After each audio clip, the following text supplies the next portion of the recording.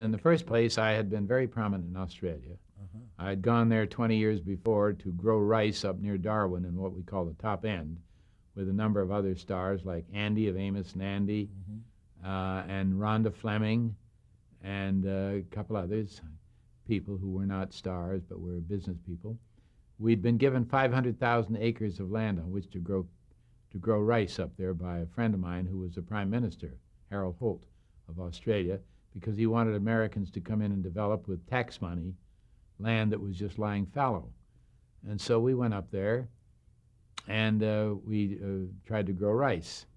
And not being farmers or city folks, we didn't ask a couple of very important questions. How much does it rain? And how does the rain come down? And what kind of hostile flora and fauna exist for the growth of rice? We didn't bother to ask that. So when they told us it was 87 inches of rain, which is just perfect for growing rice, they didn't bother to tell us it comes down in the same week. Therefore, our dams, our land, and everything else floated out into the Tasmanian Sea, or one of those places. They also didn't tell us that it was in a place called Humpty Doo. And we left there being Humpty Dumptys because we lost about $1.5 million in a year.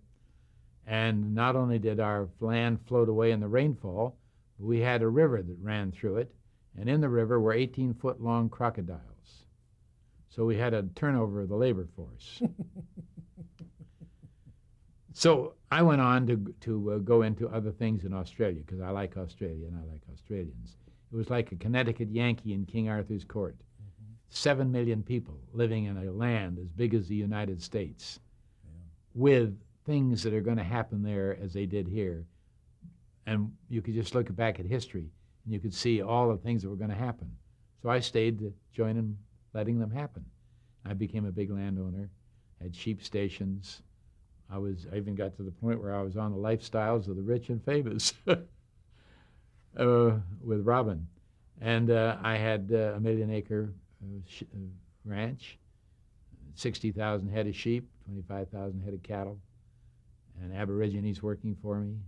And I was on the radio there and on television.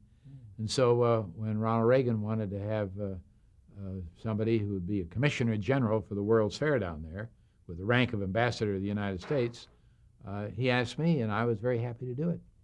So I appeared before the Senate Foreign Affairs Committee in Washington with a group of nervous people from the State Department who were worried about a show business guy being named ambassador. And I came over with a covey, a platoon of people to help me in this big hearing on Washington in front of the Senate. And the guy came out, the senator, I won't mention his name, but he came out, sat up there in a circle and all the camera, and he says, "Mr. Linkletter," he says, "when I was a little boy," I've heard this start 100 times, so I knew what was coming. "When I was a little boy, I always used to watch your show with my mother." He says, "As far as I'm concerned, you can be ambassador anywhere you want to be." And we were out of the place. They were just startled. But that's the influence of my old kids show, which follows me. I might add, I was pulled over by a cop in Sunset Boulevard not long ago. He started writing me out a ticket. He says, "Art Linkletter."